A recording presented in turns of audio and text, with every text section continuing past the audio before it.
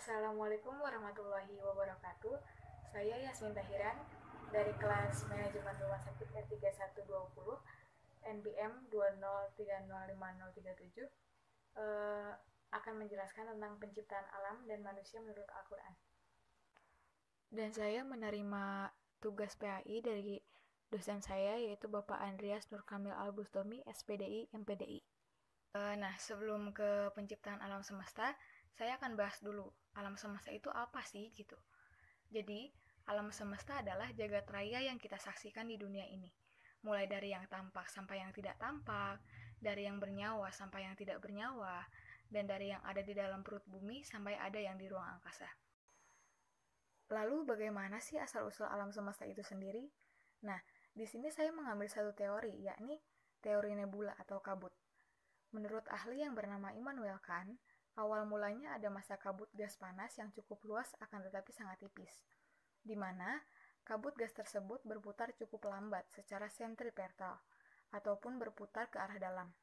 Lama-kelamaan, massa jenis dari kabut ini menjadi semakin tinggi sampai membentuk sebuah inti massa di beberapa tempat. Inti massa yang ada di bagian tengah memiliki panas yang bisa dikatakan paling tinggi dan berpijar. Inti massa yang berpijar inilah yang pada akhirnya membentuk matahari. Sementara itu, inti massa yang ada di tepi-tepinya mengalami pendinginan dan pada akhirnya menjadi planet-planet. Sekarang kita lanjut ke menurut Al-Quran ya. Jadi saya ambil dua ayat dan beda surah. Yang pertama, Quran Surat Al-Anbiya ayat 30 yang artinya, tidakkah orang kafir memperhatikan bahwa langit dan bumi tadinya merupakan satu yang padu. Kemudian kami memisahkannya. Kami jadikan air segala sesuatu yang hidup, maka mengapa mereka tidak juga beriman? Nah, dari sini sudah jelas ya. Jadi, langit dan bumi ini tadinya merupakan satu yang padu. Jadi, ayat ini berkaitan dengan teori nebula tadi. Dari kabut menjadi inti massa, lalu menjadi matahari, dan menjadi planet, dan menjadi yang lainnya. Kedua, dari Quran Surat Al-An'am ayat 73, artinya, dan dialah yang menciptakan langit dan bumi dengan benar. Dan benarlah perkataannya di waktu dia mengatakan, jadilah, lalu terjadilah. Dan di tangannya lah segala kekuasaan di waktu sangkakala ditiup. Dia mengetahui yang gaib dan yang nampak. Dan dialah yang maha bijaksana lagi maha mengetahui. Nah, di ayat ini sudah jelas sekali ya. Jadi dialah yang menciptakan langit dan bumi. Jadi Allah yang menciptakan alam semesta ini. Lanjut ke penciptaan manusia. Manusia adalah makhluk ciptaan Allah Subhanahu wa taala yang diciptakan dalam bentuk yang sebaik-baiknya, sebagaimana dalam firman-Nya Quran Surat At-Tin ayat 4. Adapun tahapan-tahapan pertumbuhan janin secara jelas dan akurat dan membagikannya ke dalam 7 fase seperti yang tertera dalam Quran Surat Al-Mu'minun ayat 12-14.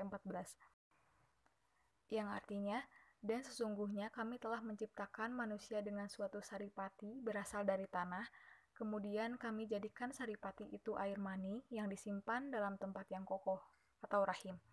Kemudian, air mani itu kami jadikan segumpal darah. Lalu segumpal darah itu kami jadikan segumpal daging. Dan segumpal daging itu kami jadikan tulang belulang. Lalu tulang belulang itu kami bungkus dengan daging. Kemudian, kami jadikan dia makhluk yang berbentuk lain, yaitu manusia. Maka sucilah Allah penciptaan yang paling baik. Nah, di sini sudah jelas ya. Jadi, 7 fase ini. Jadi yang pertama, saripati berasal dari tanah. Yang kedua itu air mani. Yang ketiga itu segumpal darah. Yang keempat, segumpal daging. Yang kelimanya tulang belulang. Yang keenam, pembungkus dengan daging. Kemudian yang terakhir, yakni makhluk yang berbentuk lain, yaitu manusia. Tujuan penciptaan manusia menurut Al-Quran yakni, yang pertama, untuk beribadah, sebagaimana dikatakan dalam Quran Surah Az-Zariyat ayat 56, yang artinya, dan aku tidak menciptakan jin dan manusia melainkan supaya mereka mengabdi kepadaku. Yang kedua, sebagai khalifah, dalam Quran Surah Al-Baqarah ayat 30, yang artinya, ingatlah ketika Tuhan berfirman kepada malaikat, sesungguhnya aku hendak menjadikan seorang khalifah di muka bumi. Mereka berkata, mengapa engkau hendak menjadikan Di bumi itu orang yang akan membuat kerusakan padanya dan menumpahkan darah. Padahal kami senantiasa bertasbih dengan memuji Engkau dan mensucikan Engkau. Tuhan berfirman, sesungguhnya aku mengetahui apa yang tidak kamu ketahui. Nah, yang ketiga, yakni memakmurkan bumi.